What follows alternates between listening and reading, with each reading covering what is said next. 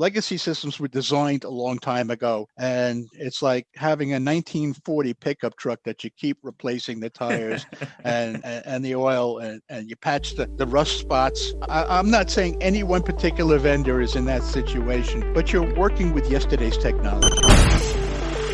Growing a business requires a holistic approach that extends beyond sales and marketing. This approach needs alignment among people, processes, and technologies.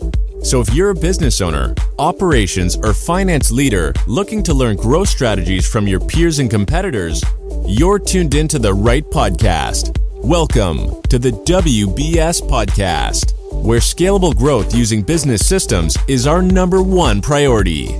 Now, here is your host, Sam Gupta. Hey everyone, welcome back to another episode of the WBS Podcast. I'm Sam Gupta, your host and principal consultant at digital transformation consulting firm Elevate IQ. ERP systems are perceived to be complex, but why are they so hard to implement and learn? How do usable systems differ from the other complex systems? Does technology play a role in user experience? Why are ERP consultants so expensive, and why are they so critical for an effective ERP implementation? These are some of the questions you will have if you are reviewing a new ERP system today.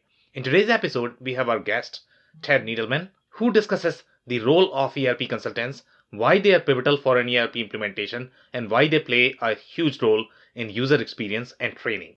He also helps us understand why modern systems are more user-friendly than the legacy ones. Finally, he touches on the attributes you should be paying attention to while selecting a usable system. Let me introduce Ted to you.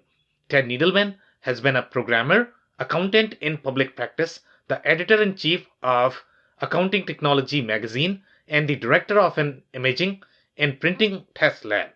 He has been reviewing hardware and software for over 40 years and has published more than 4,000 reviews, articles, and columns totaling over 4 million words, as well as 2 books. He has been a contributing editor for Accounting Today for the past 23 years. Writed the TED on Tech blog there and is a frequent reviewer for PC Mag, Digital Trends, and other sites. With that, let's get to the conversation. Hey, welcome to the show, Ted.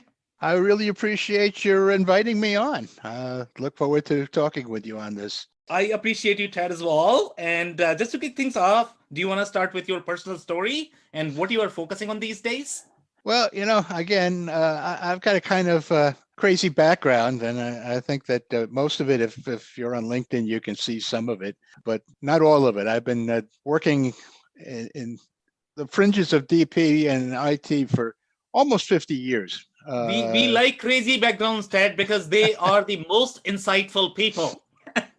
Well, again, I started out in programming on IBM 1401s on a 4K card system. And I started as an operator, taught myself assembly language programming, got a couple of jobs and worked my way up to what would be an IT manager position, and decided I had enough. And my father, who was a CPA, had broken up with his partners and said, you want to come learn accounting with me. And I had written accounting systems and programmed them. So I said, sure, let's do that. And I went back to school while I was working for Saul. I got a degree in accounting and was all this time actually doing reviewing work on hardware and software. In fact, my first review was the Osborne accounting system for CPM. And from there, it's been, 40 years of reviews and 4,000 of them or so, 4 million words, 2 books, and was in public accounting for 12 years, and then the editor-in-chief of Accounting Technology for 10 more. And I'm still, 23 years later, a contributing editor to Accounting Today. So, I think where you found me was the ERP reviews I'd done for PC Magazine. Yeah. So the next question is going to be slightly standard. And after that, Ted, we have very insightful conversation, and that is going to be usability of ERP system. And I believe that you are the most qualified person to talk about that because you have done tons and tons of reviews and you have looked at pretty much every single system out there. But before we get there, What is your perspective on business growth? What does growth mean to you, Ted? Well, it depends on which side we're talking about. My concern with growth is the organization that's implementing the application. And in order for that organization, the enterprise, to grow, it needs to have a couple of things. It needs to have a knowledge of the business, how the enterprise itself fits into the business framework. And then once you know how your business operates, then you have to figure out what your resources are and what you need. And then, it's an evolved process. And people that just say, "Oh, I can use QuickBooks." Well, maybe you can, maybe you can't. If everybody could use QuickBooks, there wouldn't be all the ERP vendors in the world. So growth is really a knowledge process, and it takes time. It takes expertise. Not everybody can do that kind of insight. Sometimes if you can't, you get somebody or somebodies that have the expertise that you don't, a consultant, an accountant, even sales engineer. Back in the old days, IBM had SEs, systems engineers, and they would accompany the salespeople, and they would look at the entity and make suggestions of where IBM fit in. And most of the vendors at that time, the hardware vendors, had the similar approach. And to my mind, that makes a lot of sense. I think, unfortunately, some people, some enterprises, entities are afraid to ask for help. They don't want to appear unknowledgeable, and there's nothing wrong with that. Nobody can know everything. And the more input you get from people that know something, the better decisions you'll make, and the smoother integration of the software application with your actual business. Okay, so let's say if I'm the manufacturing executive, Ted, obviously I know about my business. I probably know my existing financial system, let's say if I'm on QuickBooks. So why is it so important to hire a consultant? Well, you may know your business and you may have some idea of the capabilities of different software, but getting a good fit is a little bit more than that. Let's take manufacturing, since you brought it up. Manufacturing is a pretty evolved process. Even if you're just making toothpicks, there's shop floor software. There's resource allocation that has to be done, both in terms of people, materials. There's logistics involved, getting the stuff into the shop floor, running it through the process of making the products, kitting and bill of materials. There's logistics shipping. It's not just plug in, boot up a CD and you're up and running. Even if the software does meet your requirements, it has to be operable by the people that are using it, and understandable. The output of the system has to be understandable by the people that have to make decisions with that information. Okay, so let's say if I'm already using a legacy ERP system in my organization. My employees are already familiar with the ERP system. I understand my processes better than a consultant who I'm going to train. Do I still need a consultant? Probably not. I mean, but to be honest with you, if you're using a legacy ERP system, then there's a reason that people move to different platforms. Legacy ERP systems are running on hardware in-house usually, or software as a service hosted, but they're still running closely tied to the hardware. Today's newer ERP systems are very often operating in the cloud, and there's a couple of advantages to that. Not everybody will need them, but there are a couple of advantages. First of all, legacy systems were designed a long time ago, and it's like having a 1940 pickup truck that you keep replacing the tires and the oil, and you patch the rust spots. I'm not saying any one particular vendor is in that situation, but you're working with yesterday's technology. And when those legacy ERP systems were designed, first of all, they were designed to accomplish tasks, not to be usable. And the software that's been written for the cloud is built on the knowledge of human factors. Okay, give you a quick example without going into a lot of detail. Years ago, when I was with Accounting Technology Magazine, I got invited by Microsoft up to Redmond. And one of the things that they showed us was that their usability lab, their products, they brought people in, all kinds of people, secretaries, programmers, executives, and had them use the software and photographed it and questioned them and, and try to discover the spots where people had difficulty. You can't always address everybody has different approaches. So you can't take everybody's suggestions and put it into, you kind of get a gumbo if you do that, rather than something really good. But the software that's designed for the cloud has, by and large, been designed with human factors being considered. And in my mind, again, having done this, reviewing it, talked with software vendors over the decades, usability is the number one fact in my mind. It's, yes, you need the functionality. Otherwise, there's no point in implementing the software. But I think if you can't use it, it can have the most features of anything. Look at a fighter jet. Fighter jet's got all kinds of stuff. It's got missile stuff. It's got radar. It's got GPS. It's got altimeters and autopilots. That's nice. But if you don't know how to use it, you can't fly the damn thing. Yep. And it's the same thing with applications. If you can't understand it, you can't get the most out of it. You may be able to use it to some degree. And I think that software vendors in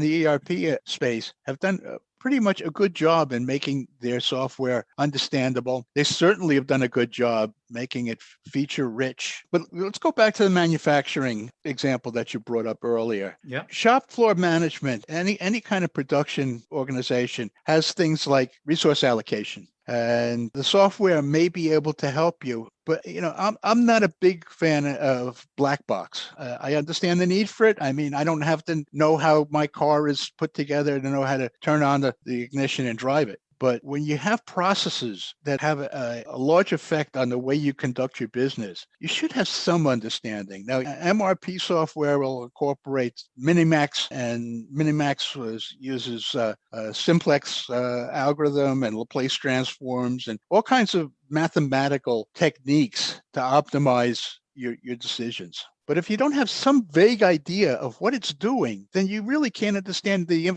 data it's presenting you with, because it's just not going to say, hey, more butter, less guns, which is really the prototypical resource allocation situation. It goes into economics, but that's resource allocation. A decent system will have some ties to project management. It gets involved, but you really have to have some understanding of the processes and some understanding of how you fit into those processes. So we want to touch a little bit more on the usability. So let's say if I'm the manufacturing executive, I don't necessarily have the software background, and I'm trying to understand what makes a system usable. So give me some examples of, let's say, if I use the same feature in the legacy system, how my life is going to be different in a usable system? Well, first of all, learning the system is going to be different, okay? Because legacy systems weren't designed, you have these big operations manuals that tell you, you have to read 15 pages to figure out how to input data into the fields. A current Acumatica, NetSuite, and similar mid-level ERPs are basically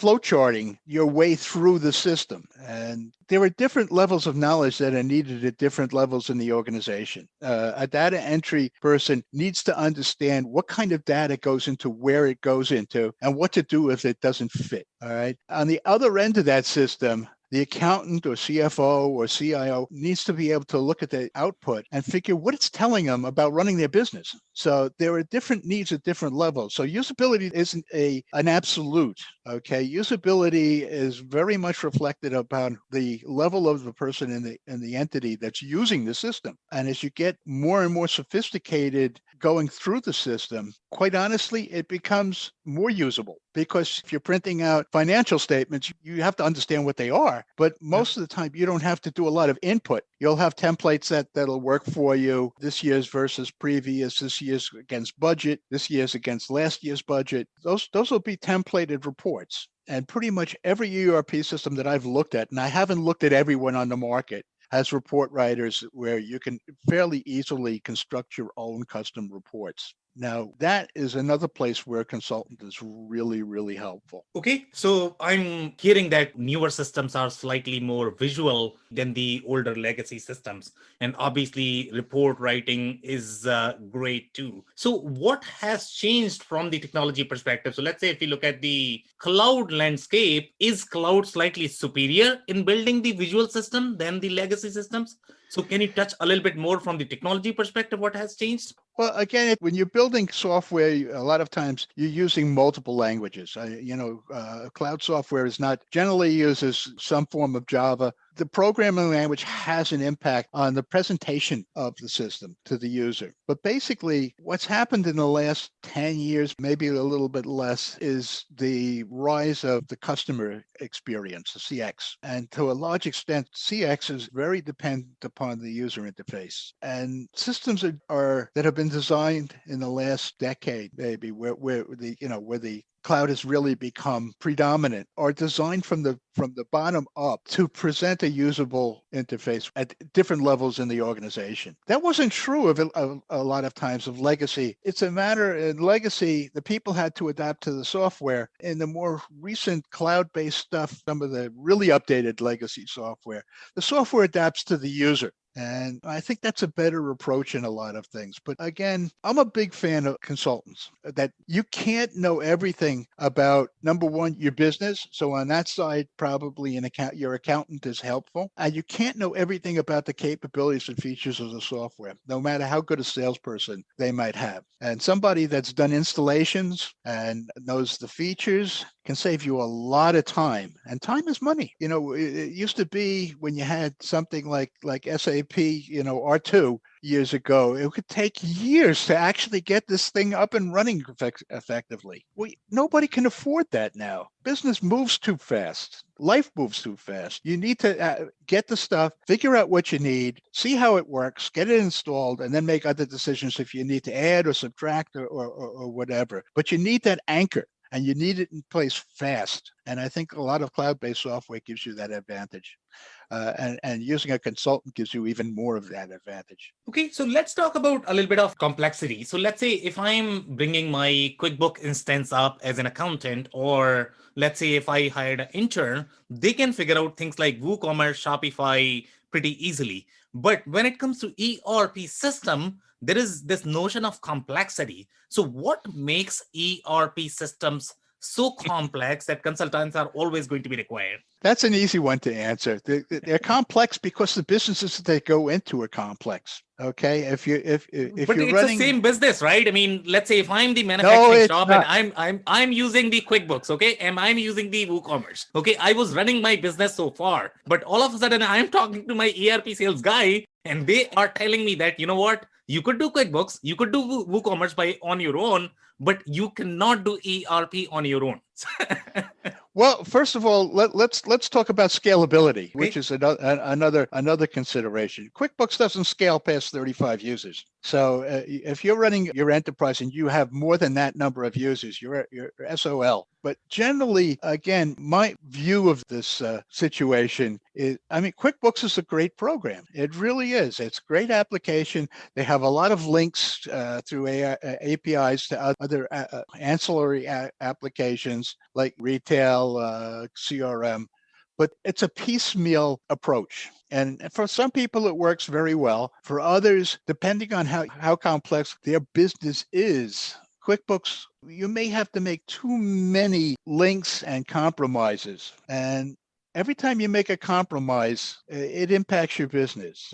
Now, it may be worthwhile in money and time to make that compromise, but I look at small business a little differently than most people, I think, these days. And SMB doesn't make a lot of sense to me in some situations. Small and medium-sized enterprises make sense to me because the way we do business in the last 5 years through the internet and globally has changed the way we do business. And you can have a 2-person company that does manufacturing in Shenzhen. It does kitting from pieces from all over the world. You may have multiple multi-currencies. And this is a 2-person business. And they might be doing 10 or 15 or $20 million a year in revenue.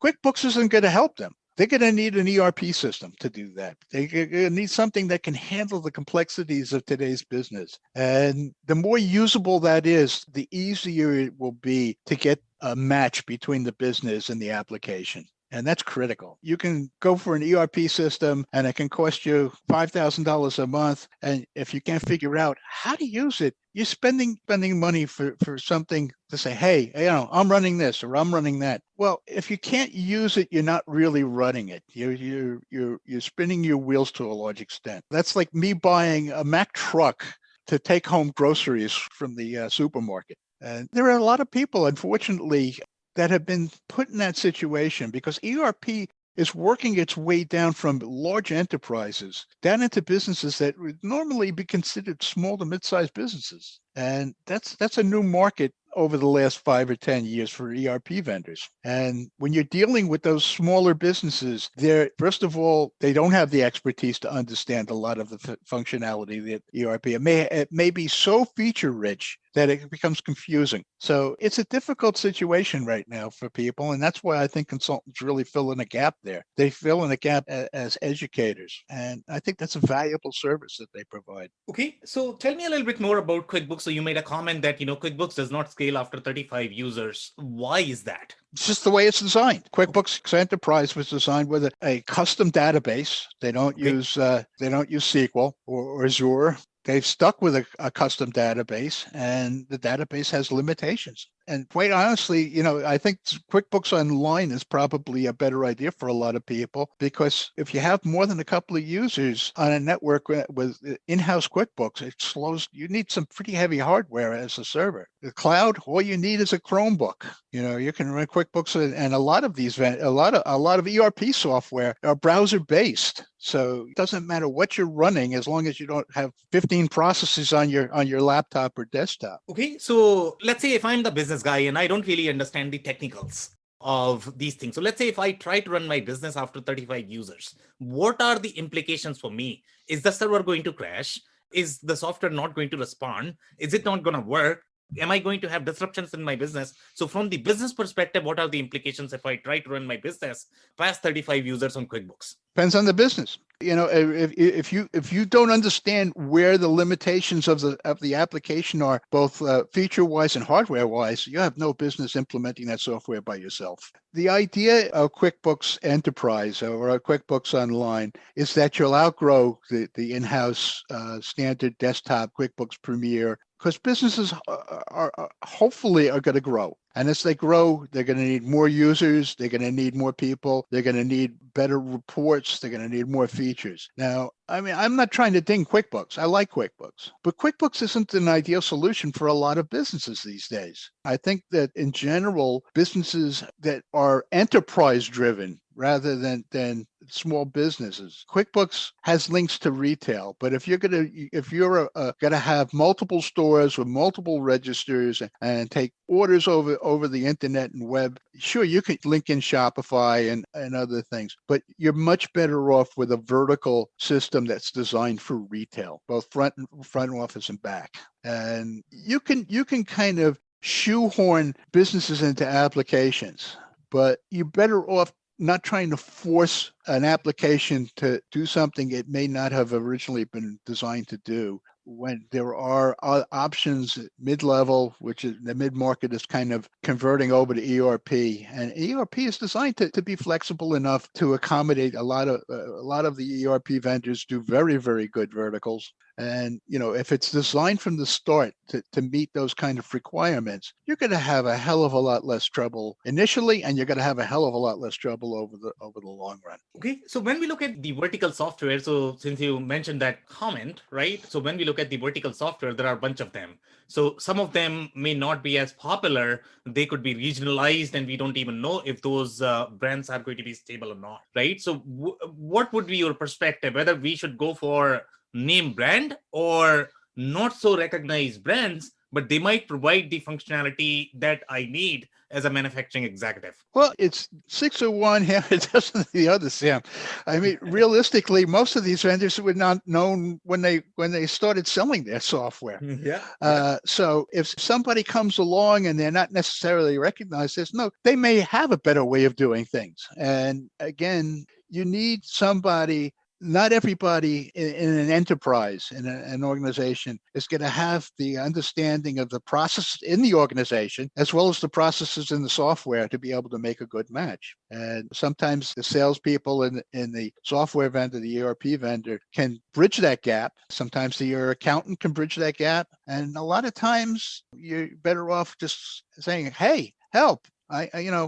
What's the best choice for me? Because there are a lot of people that don't need that. Okay. There are a lot of people that have good CFOs or CIOs that have great IT departments, and they're able to make those decisions on their own. Not everybody needs a consultant. But again, if you're going to a new vendor, first of all, you got a problem with converting whatever you're doing now into a new format. And this is a one-time deal for you in the organization and in the entity. But it may not be a one-time deal to a consultant that's really familiar with doing that kind of operation. So it's false economy to say, hey, I don't want to pay this guy $150, $200 an hour. I'd rather waste $300 or $400 or $500 an hour 10 times over trying to do it myself. I think some of the time it's just a matter of not understanding what the process is of implementation. And again, that's not a value judgment against anybody considering ERP or any application for that matter. If you haven't done it, how can you know what's involved in it? Right. And when we look at different ERP systems and when we talk to different people as manufacturing executives, we get different definition of what an ERP is, to be honest. Okay. So in your perspective, what exactly is an ERP? Some people say that, it's an accounting system. Some people say that it's an order management system. So how would you define an ERP? ERP is a chameleon, okay? Because it is an accounting system. It is a manufacturing system. It is a retail system. It has to be what the business needs, and every business is a little bit different. So an ERP system has to be flexible enough. It has to be configurable to a business without ruining other aspects of the application. It has to be scalable. That's one feature of mid-market and ERP that you won't find in a lot of the lower end systems. Though that's changing because vendors like Xero and Zoho that are built on the cloud applications are pretty much completely scalable because the databases that they're built on are completely scalable. And basically, accounting especially is a database application. You can call it whatever you want, books, accounts. They're fields in a database. The way that most accounting applications are built on relational databases like SQL, HANA, Azure. That's one feature that you see in some of these lower end things that are kind of modeled on an ERP model. But basically, I'd say if I had to pick one characteristic of an ERP system, it's adaptable. And that's valuable because, every business is just a little bit different from every other business. Okay, so let's go back to your comment about new format of a new system. So typically in the ERP system world, obviously one system is definitely going to be different from the other one. So let's say if I have been running my business on one ERP system for last 10 years, what is going to be involved for me if I need to switch to the new ERP system? Well, first of all, it's going to be a nightmare. Okay. Tell me more. Well, this. You've done this kind of consulting. It's because everybody is used to the old system. Right now in the interview, I am the manufacturing executive, Ted. All right. I'm not a consultant. To get a consultant because you're in for a real ride. Going from one way of doing things to another I'll give you an extreme example. Okay, from my personal history. The first book I wrote in longhand on yellow legal paper, yellow pads, and my wife typed it in. It was on an Apple II with a Z80 card running WordStar. Okay. So there's a difference. I could type on a Selectric typewriter, which I had. I'm not really a typist, even after all these years and all these words. I'm still not very much of a typist. But today, when I have one of these, if I wanted to transcribe one of these sessions, like the one we're doing now, I would take notes and I'd make notes and I'd type it in and edit it. Today, I record it. I send it out to rev.com they transcribe and send me back a Word file, and I do an edit on that or just highlight what I want to pull out of it. So it's different, when you're going from an older type of ERP system to a newer type of ERP system, you may be doing the same types of operations, but you're doing them differently. It goes back to usability. Today's systems are designed, I hate to say that they're less functional, because they're not. They're more functional, but that functionality is more accessible on new systems than it was on old systems. And that makes a mental paradigm shift that has to take place in the company, you as the manufacturing exec, to understand why you're doing things differently and what the impact is going to be on your business, positive or negative. And that's a big jump in a lot of times, especially if you've been using an ERP for 20 years. Okay, so last time when I actually looked at different ERP system, I got super confused because they all look fairly similar. Okay, so let's say if I'm as a manufacturing executive, I'm going in a demo, and I can see every single ERP system out there can probably do a sales order for me, can probably do a purchase order for me. And I have no idea how to differentiate and how to understand what is going to work for me. So let's say if you were the manufacturing executive and if you were going in a demo, how would you identify a usable system from the hard to use system? Well, if it was me, first of all, before I went to an ERP vendor to look at their system, I would go to my department heads and the people that do data entry and understand what we're doing that might be a little bit different from the way everybody else does it, because every executive has their own way of doing it, has their own way of looking at things, places their own level of importance on different things. And you need to have a good understanding of what you need and what you want, okay, before you sit down with an ERP vendor. Because at the base form, I mean, let's take accounting, because accounting is accounting. I mean, it doesn't matter exactly how you do it. There are standards, generally accepted accounting standards, yes, that tell you what you have to have as far as redundancy, internal control. Output has to be formatted, for the SEC or certified audits. I mean, there are some standards that are set in stone by regulatory agencies and the users. You go into a bank for a loan. They expect to see not only a P&L and a financial statement, they want a cash flow statement, they may want other things. So you need to know what you do a little bit differently than other people might do. And that's the secret sauce. I mean, that's what makes you successful. And that accounting system or that MRP system or that ERP system has to support what you need it to do. And it may be a little different. Every ERP vendor has a basic set of functions that they do. And you're right. It's confusing. We do this. Oh, and you go to the next one. Oh, we do this. But it's the same thing. I'll give you kind of an example. A car is a car, okay? But some cars are little cars. Some cars are performance cars. Some cars are SUVs. Some cars are pickup trucks. And depending on what you need to, if you're going to haul wood to a construction site, you don't want a Corvette. You may want a Corvette, but you're not going to be able to use a Corvette to haul sacks of cement. Yeah. So the ERP that you look at when you go looking and you're talking to ERP vendors, you ask them, how do you do this? What do I have to do to get this out of your system? Can your system do this? I do things a little differently than everybody else. Can your system handle that without a lot of fudging around and custom reporting? And the first step in any acquisition is to know what you want to acquire. Yeah. And that if every ERP system did exactly the same thing, exactly the same way, there would be one ERP system. There will only be one vendor.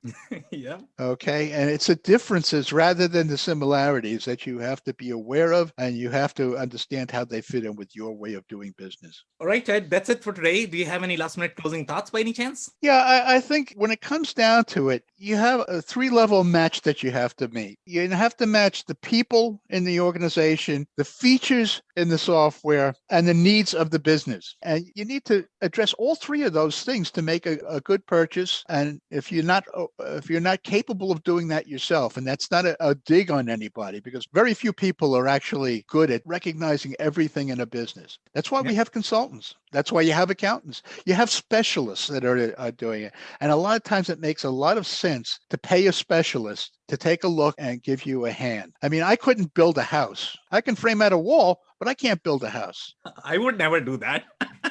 Well, again, it's an understanding of where your limitations are and bringing on board people in your organization and outside of your organization to boost those areas. Yeah. All right. Thank you so much, Ted, for your time. This has been an insightful conversation. It's always fun talking with you, Sam, and I appreciate your asking me to be on. I cannot thank our guests enough for coming on the show, for sharing their knowledge and journey. I always pick up learnings from our guests, and hopefully you learned something new today. If you want to learn more about Ted, look up Ted Needleman on LinkedIn and connect with him there. Links and more information will also be available in the show notes. If anything in this podcast resonated with you and your business, you might want to check other related episodes, including the interview with Brett Babeff, who discusses whether moving to the cloud guarantees business transformation. Also, the interview with Randy Johnston from K2 Enterprises, who touches on why process documentation is an essential ingredient for an efficient finance organization. Also, don't forget to subscribe and spread the word among folks with similar backgrounds. If you have any questions or comments about the show, please review and rate us on your favorite podcasting platform